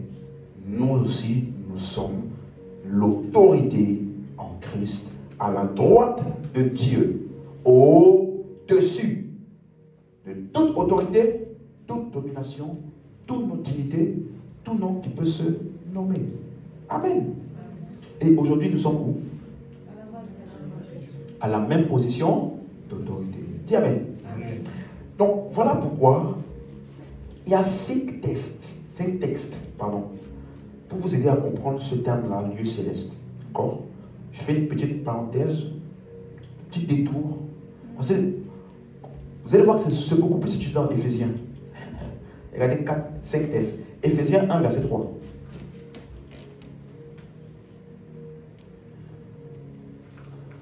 Alléluia. C'est bon? Ok. Béni soit Dieu le Père de notre Seigneur Jésus-Christ, qui nous a de toutes sortes de bénédictions spirituelles. Où? Dans les lieux célestes. Où? En Christ. J'ai une question, avant d'interpréter ça. Les bénédictions là sont comment? Spirituelles. Dis ça fort. Spirituelles. Non, ce n'est pas ta maison. Ce n'est pas la voiture. La voiture n'est pas spirituelle, c'est très physique. Si tu n'es pas su, donne, tu vas voir comment je vais te montrer comment c'est physique. L'argent n'est pas spirituel. Quelqu'un disait, l'argent est spirituel, tu sais, fais des choses, l'argent, parle à l'argent, tu vas voir l'argent va t'aider. Frère, l'argent n'est pas spirituel. On fabrique ça là-bas, là, à la banque, là. Hein?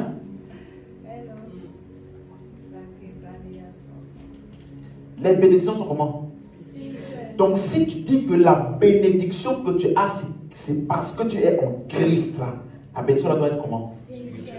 Si tu as un autre type de bénédiction qui n'est pas spirituelle, ça veut dire que ça n'a rien à voir avec le fait que tu es en Christ. La preuve, quelqu'un qui n'est pas en Christ peut avoir ça. On fait le test, donc ton témoignage que tu donnes souvent là, avant d'arriver à l'église, j'avais ça, j'avais ça. Je peux te donner un bon païen qui a même plus que toi. Et si on fouille même bien, celui qui t'a fait l'entretien pour t'embaucher là, c'était un bon païen. Donc lui, il n'a fait rien de spirituel pour être à sa position là. Toi, tu as fait jeûne, prière, offrande, sacrifice, aller à la montagne, quoi encore, retraite, pour qu'un incroyant qui a une position plus élevée que ton futur témoignage vienne te donner le travail. Ça, c'est une insulte à la puissance de Dieu. Tu me suis? C'est parce que je suis en Christ que la faveur, Dieu, j'ai regardé ma maison, vraiment, Dieu vraiment est avec toi. Hein? Tandis que ton voisin collé à ton pavillon là, ton étage s'arrête ici, lui c'est un peu plus haut comme ça, il n'est pas chrétien. Est-ce que vous suivez? Nous là, toutes sortes de bénédictions, comment? Ok, revenons au sujet. Dans les lieux, premier texte, verset 20, deuxième texte. Il l'a déployé en Christ, en le ressuscitant des morts, en le faisant asseoir à sa droite. Où? Dans les lieux. Ok. Éphésiens 2, verset 6. Regardez, hein. Il nous a ressuscités ensemble, nous a fait asseoir ensemble dans les lieux. Ok. Éphésiens 3, verset 10. Afin que les dominations et les autorités dans les lieux, c'est clair, connaissent aujourd'hui par l'Église la sagesse infiniment variée de Dieu. Dernier texte, Éphésiens 6, verset 12. Attends, jusqu'à maintenant, vous avez vu dans l'Église, ça parle de Dieu, à sa droite, tout ça là, n'est-ce pas? Et regardez un texte. Afin que, pardon, car nous n'avons pas à lutter contre la chair et mais contre les dominations, contre les, ça là c'est les démons, n'est-ce pas?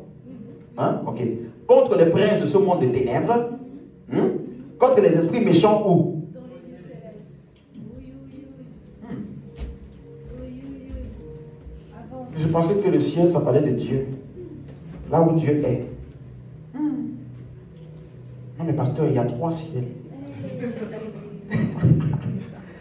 Il y a 3 cieux. Il y a le premier niveau, là où on voit les oiseaux. Il y a le deuxième niveau, où il y a Satan, le diable.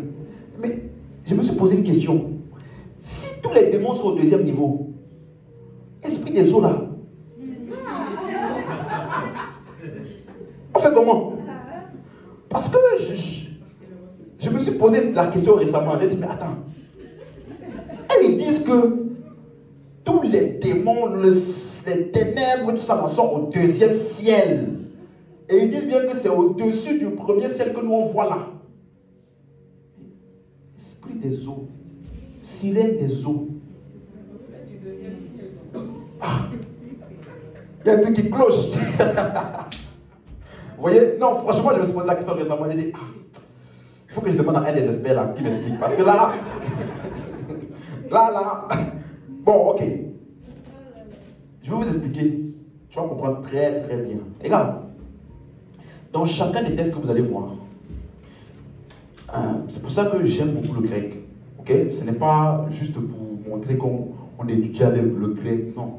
C'est parce que il faut toujours avoir l'idée originale de l'auteur. Vous comprenez? Le mot, à chaque fois, le mot lieu n'est pas dans l'original. Vous savez, chaque traduction est une interprétation. Vous savez ça? Parce que souvent, pour un mot, tu as beaucoup de mots que tu peux choisir pour traduire ce mot-là. Donc, le fait que tu choisisses un, déjà, c'est une interprétation. Mais ici même, il n'y a pas ça. Le mot lieu là, ça veut dire que c'est dans le céleste. Il n'y a pas lieu. Pourquoi ils ont mis lieu? C'est parce que, comme beaucoup d'entre nous là, ils pensaient que quand ils disaient céleste là, ça parlait d'un ciel quelque part là-bas en haut là. Un endroit où chacun, où tout le monde va quand il meurt. Vous comprenez? C'est pour ça qu'ils ont rajouté le mot lieu. Mais si tu... Imaginons même que le mot les lieux célestes, parce que jusqu'à maintenant, le mot lieu céleste n'est pas au singulier. À chaque fois, c'est les lieux. N'est-ce pas? Mais j'ai une question. Imaginons même que c'est les lieux célestes. Et que c'est littéralement un lieu quelque part. Ou alors des lieux quelque part. Tu peux t'asseoir sur plusieurs lieux en même temps. Non. Même dans le bus là, le bus c'est le plus grand bus du monde. Hein? Combien de derrière as-tu? Peu importe comment le bus va être grand, tu ne peux pas t'asseoir sur 4 places en même temps. Hein? Mais on dit vous êtes assis dans les lieux. Donc il y a plusieurs lieux quoi. Tu t'assois un peu ici demain, tu t'assois un peu là-bas, demain, tu t'assois un peu. Hein? Non. Donc en enlevant le mot lieu, tu vas voir que ça va faire beaucoup plus sens. Alléluia. Donc, dans le céleste. Clair? Maintenant, regardons. Le mot céleste, c'est le mot grec euporanios. E-P-O-U-R-A-I. R-A, pardon, N-I-O-S. E-P-O-U-R-A-N-I-O-S. Euporanios. Euporanios. Ce n'est pas utilisé pour un lieu, mais plutôt pour l'origine de quelque chose. Suivez? Pas pour un lieu, mais pour l'origine de quelque chose. C'est tiré de deux mots, épi et ouranos. Le mot épi veut dire ce qui décrit l'origine, le genre de quel genre, quel type, l'origine. Quelqu'un suit?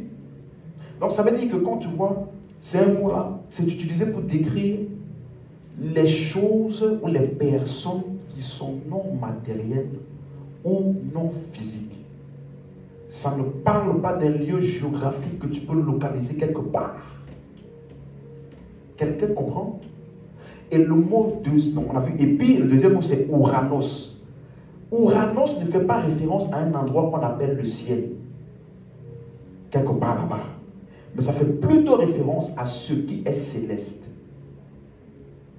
Qu'est-ce que c'est? Donc, c'est utilisé pour les choses invisibles. Ce mot-là, dans le grec ancien, je vous ai expliqué ici que les auteurs n'ont pas inventé de mots. Ils ont utilisé les mots qui existaient déjà à leur époque. Et ce mot-là était utilisé pour les choses métaphysiques. C'est-à-dire qui existent, mais qui ne sont pas visibles. Les microbes, les atomes. Vous voyez? Ça existe, hein? Mais on ne voit pas à l'œil nu. Les choses métaphysiques. Amen.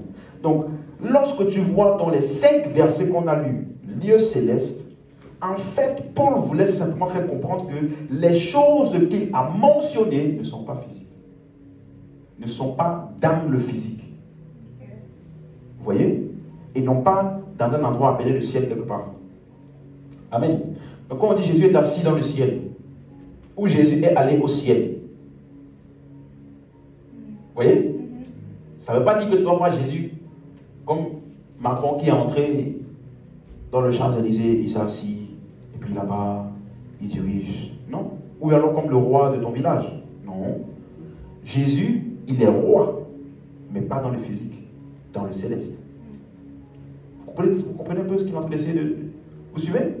Donc, ça parle, ça veut dire que l'autorité de Jésus, puisqu'on a vu que assis à la droite de Dieu, ça parle de quoi? L'autorité. Ça veut dire que l'autorité de Jésus n'a rien à voir avec le physique. Ça n'a rien à voir avec le gouvernement de ce monde. La politique. Vous voyez? Donc tu ne peux pas venir à l'église ou utiliser ton autorité en Christ pour dire je suis dans la politique. Ça n'a rien à voir. Son autorité est dans le non physique, si vous voulez, dans le spirituel. C'est un peu ce que les gens appellent, je mesure bien mes mots, un peu ce que les gens aiment souvent dire dans le monde spirituel. Vous comprenez? Ils disent qu'il y a un monde physique, il y a le monde, c'est-à-dire les choses qu'on ne voit pas, mais qui existent. Les activités qui ne sont pas physiques, mais qui sont spirituelles, ou alors invisibles. Quelqu'un comprend ça? Donc, en réalité, quand on dit le ciel, les lieux célestes, ça fait référence à ce qui est non matériel, ça fait référence à son origine, à son type. Regardez Hébreux 11, verset 16. Hébreux 11, verset 16. Est-ce que c'est clair pour quelqu'un? Ok. Maintenant, il en désire une meilleure, en parlant de qui? Les patriarches de l'Ancien Testament. Vous voyez, la foi est une ferme assurance aux choses qu'on espère. Démonstration de celles qu'on ne voit pas. Et il explique maintenant que eux, là, les patriarches, ils désirent une meilleure, c'est-à-dire une céleste. Donc, ils désirent une meilleure cité. Ils désirent une meilleure cité. Mais la cité, donc, parce que regardez, c'est pourquoi Dieu n'a pas honte d'être appelé leur Dieu, car il leur a préparé une. Vous voyez? Donc, la cité plus céleste, ça veut simplement dire que ce n'est pas visible. Voilà pourquoi, dans Hébreux 12 maintenant, juste après, verset 22, vous vous êtes approchés de la montagne de Sion, du Dieu. La cité là, c'est quoi? La Jérusalem. La Jérusalem comment? Rappelez-vous, c'est ça que on avait commencé depuis le début. Des myriades d'anges que forment le cœur d'anges. Regardez la suite. De l'assemblée des premiers-nés inscrits où? Dans les cieux. Donc, ce n'est pas un endroit. C'est pour t'expliquer que toutes les réalités dont il parle ici ne sont pas physiques. Elles sont non physiques. Immatérielles. Est-ce que c'est clair pour quelqu'un? Donc, si tu veux, ça veut dire que Sion, là, n'a rien à voir avec les choses physiques. Hein? Quelqu'un comprend? Oui. Sion, pour nous, est une réalité immatérielle, non physique. Donc, aujourd'hui, je ne suis pas dit, allons à Sion. Non. Suivez? Parce que nous sommes actuellement à Sion. Suivez-moi. Nous sommes actuellement où? Vous êtes approchés où? Verset 22. Vous êtes approchés de la montagne de Sion. Actuellement, on est où? Sion. Actuellement, on est où? Sion. Donc, Sion, là, ce n'est pas une réalité. Parce que physiquement, tu es où? Merci beaucoup. Vous comprenez? Donc, Sion, ce n'a rien à voir avec un lieu physique, mais c'est une réalité immatérielle pour nous. Amen. Donc, tout ce qu'il cite là, Jérusalem, les myriades qui forment le cœur des anges. Donc, les anges, ils sont dans la réalité immatérielle. Ils ne sont pas physiques. C'est ce que ça veut dire. Verset 23, même chose. L'assemblée des premiers-nés inscrits dans les cieux, ça parle de nous, n'est-ce pas? Donc, c'est que nous sommes dans Sion, qui est une réalité immatérielle. Ouh. Donc, Éphésiens 3:10. Suivez bien, suivez bien. Afin que les dominations et les autorités dans les lieux célestes. Ici, il parle des anges. Vous comprenez? Domination et autorité est souvent utilisé pour les anges, l'autre fois c'est utilisé pour les démons. Okay? Et ici, il parle des anges. Dans les lieux célestes, connaissent aujourd'hui par l'Église la sagesse infiniment variée de Dieu. J'ai une question. L'Église, là, est physiquement où?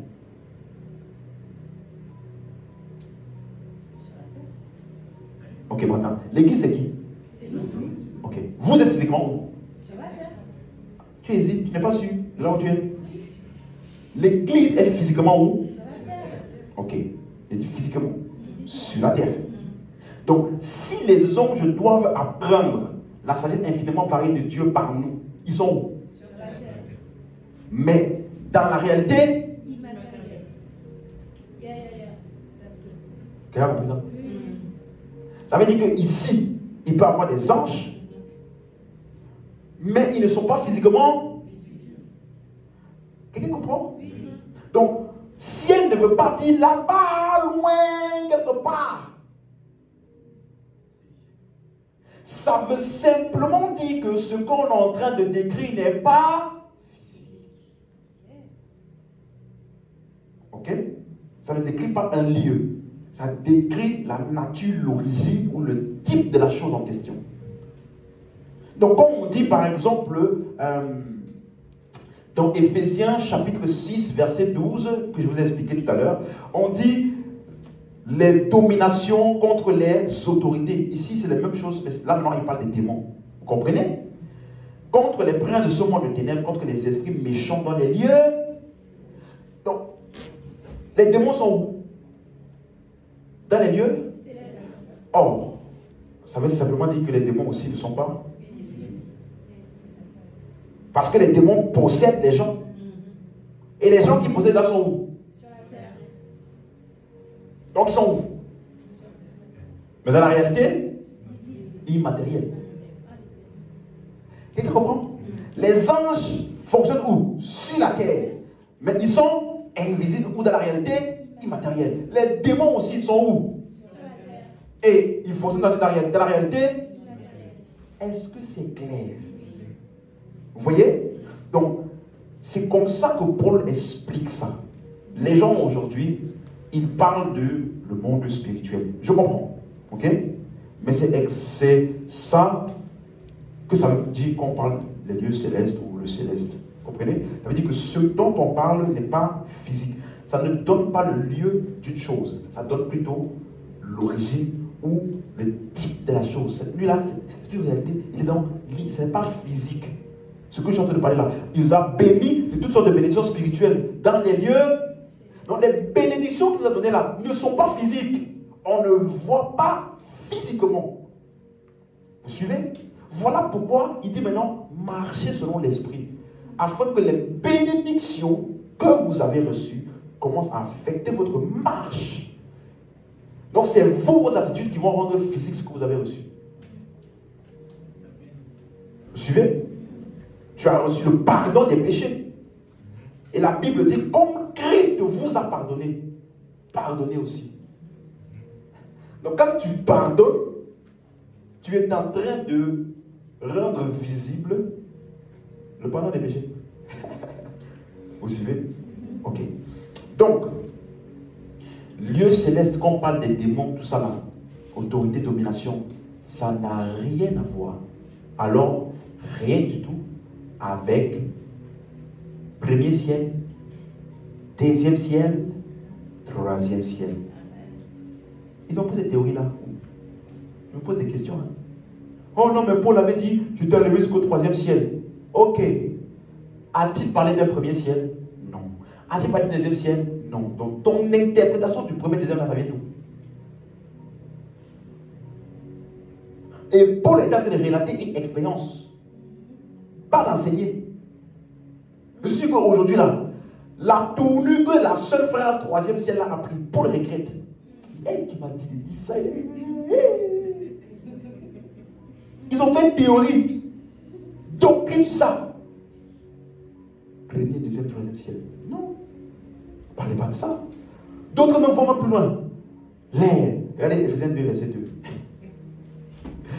Et dans lesquels vous marchiez autrefois, selon le train de ce monde, le prince de la puissance de l'air. Et les démons dans l'air. Faites attention. D'autres disent même, nous prenons le contrôle de l'air dans cette salle. Frère, il faut acheter VMC. Achète VMC, tu vas voir. L'air va circuler. Tu prends le contrôle. Une simple herméneutique aurait réglé ça. Parce que le mot air, c'est le mot grec pneuma, qui veut dire esprit. Ça veut dire que le prince de la puissance, là, fonctionne dans l'esprit. Quel esprit? Quel type d'esprit? L'esprit qui agit où? Dans les fils de la rébellion. Il expliquait l'esprit qui fonctionne dans ceux-là qui n'ont pas cru. Quand tu vas regarder là ici, vous suivez? Donc, il n'y a aucun lieu, quelque part là, où Satan règne et il est assis sur un trône.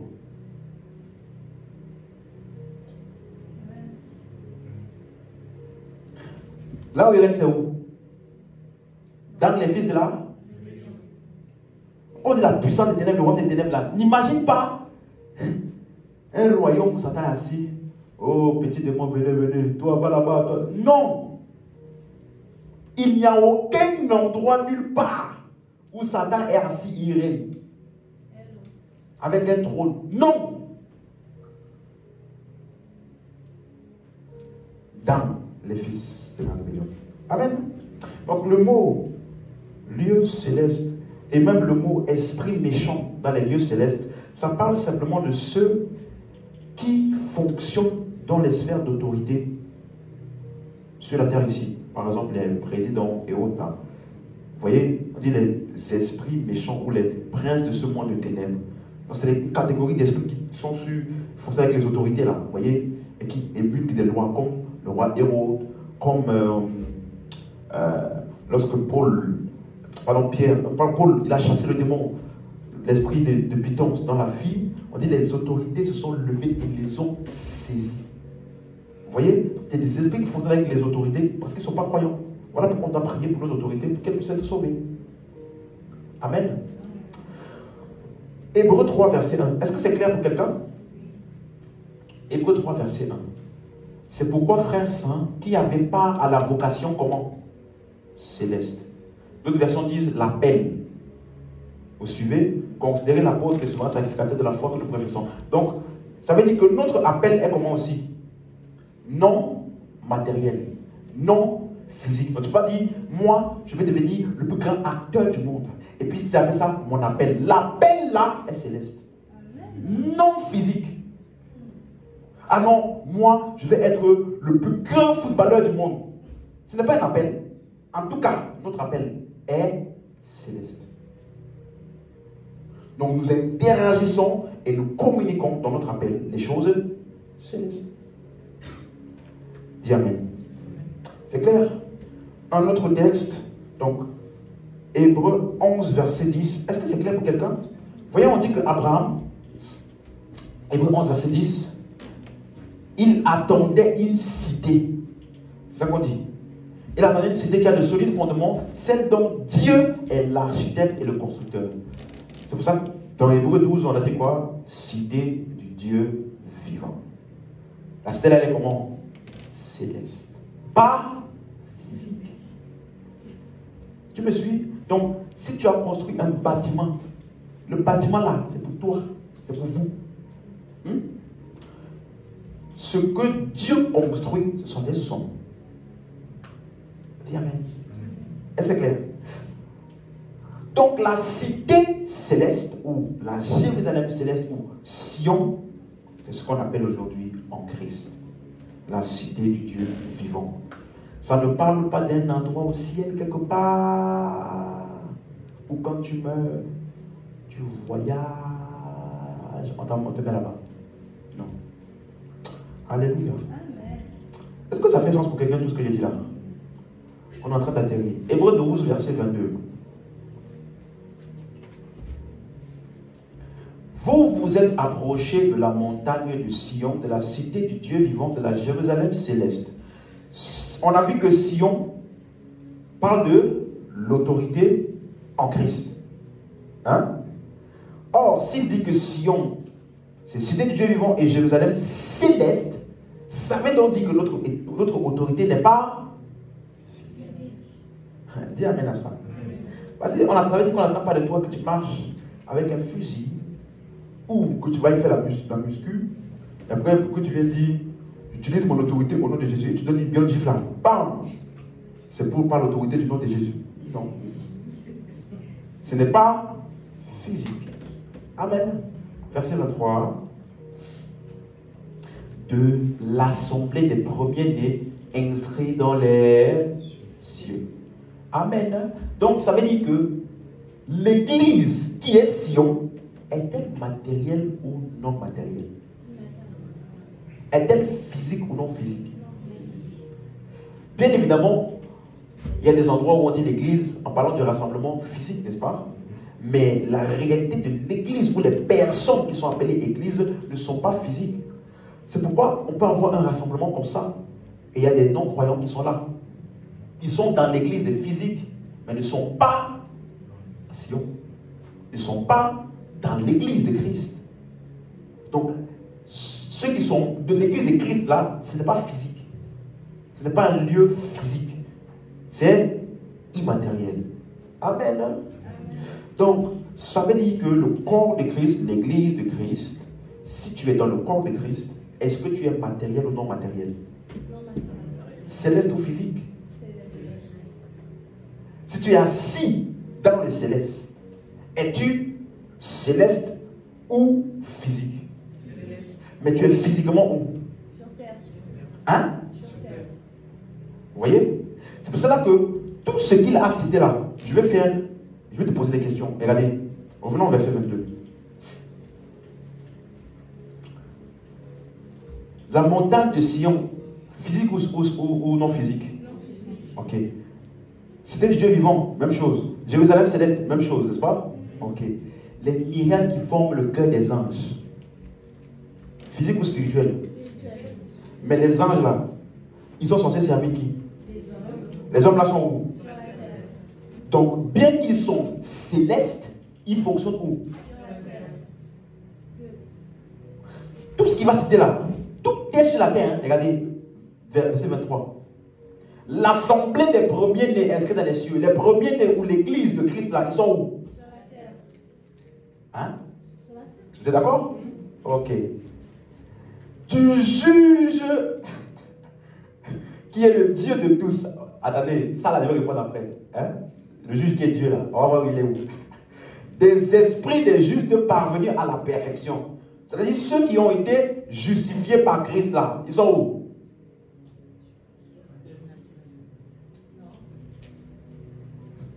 Non, c'est sur la terre. En lui. C'est juste parvenus à la perfection, c'est ceux qui sont. Dans la vie céleste. Nous, on n'est pas parvenus à la perfection. Hébreux 10, 14. Hébreux 10, 14. Car, par, Une seule offrande. il a emmené la personne qui? Toi, tu es parmi ça? Oui. Tu es amené à la perfection? Hébreux 12, 23. Donc sur la terre. Donc, les justes parvenus à la perfection, là, c'est qui? C'est nous. On est où? Sur la terre. On continue? La suite. J'ai pas oublié Dieu, hein? J'ai pas oublié. La suite. De Jésus. Oh, Jésus. Qui est le médiateur de la nouvelle alliance. Jésus est où? En nous. Merci. Et vous êtes où? Sur la terre. Donc Jésus est où? Sur la terre. Après sa résurrection, il a dit à ses disciples, allez, faites une nation des disciples, prêchez la bonne, enseignez-leur à observer tout ce que je vous ai observé. Voici, je suis avec vous jusqu'à la fin du monde. Et eux, ils étaient où? Sur la terre. Et où? Sur la terre. Tel il est, tel nous sommes. Nous, on est où? Amen. On continue? Le sang de l'aspersion qui parle mieux que celui d'Abel. Aïe. Le sang là a été répandu où déjà? Au ciel. Pour purifier Les dieux célestes. où? Il a été répandu au ciel, n'est-ce pas? Hébreux 9, 23. On va voir là le sang de l'aspersion là, hein? Hébreux 9, 23. Il était donc nécessaire, puisque les images des choses qui sont dans les cieux. Tu vois que les cieux là, ce n'est pas. Ça veut juste dire que les choses qu'il a purifiées là ne sont pas. Ça ne veut pas dire là où ils sont. Ça veut simplement dire qu'elles ne sont pas. Ok. Devaient être purifiées de cette manière. Que les choses quoi? Ou alors les choses non. Ok. Elles-mêmes le fussent par des sacrifices plus excellents que ceux-là. Donc le sacrifice de Jésus a purifié les choses non matérielles. Quelle est cette chose non matérielle là, non physique là, que son sang a purifié? Verset 14. Combien plus le sang de Christ, qui par un esprit éternel s'est offert lui-même sans tâche, purifiera-t-il quoi? La conscience là, c'est où? Donc le sang là a été répandu pour purifier où? Donc les choses célestes ou non matérielles qui devaient purifier là, c'est où? Donc le sang de l'aspersion là, c'est où? Vous êtes où? Hébreux 12. C'est d'abord que tout ce qu'il a cité là fonctionne où? Mais ce sont des choses immatérielles. Quelqu'un comprend?